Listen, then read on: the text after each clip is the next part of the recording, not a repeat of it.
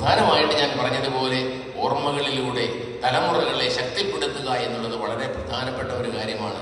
ഓർമ്മകളില്ലാത്ത ഒരു സമൂഹം വേരില്ലാത്ത മരം പോലെയാണ് എന്ന് പരിശുദ്ധ പിതാവ് പറയുന്നുണ്ട്.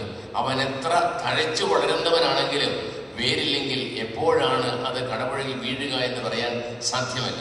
അതുപോലെ തന്നെ ഓർമ്മകളിലൂടെ അടിവേരുള്ള ഒരു സമൂഹത്തെ ഏത് പ്രതിസന്ധിയെയും അതിജീവിക്കുവാനും പ്രതികൂല സാഹചര്യങ്ങളെ തരണം ചെയ്യുവാനും സാധിക്കും എന്നതിൽ യാതൊരു സംശയവുമില്ല.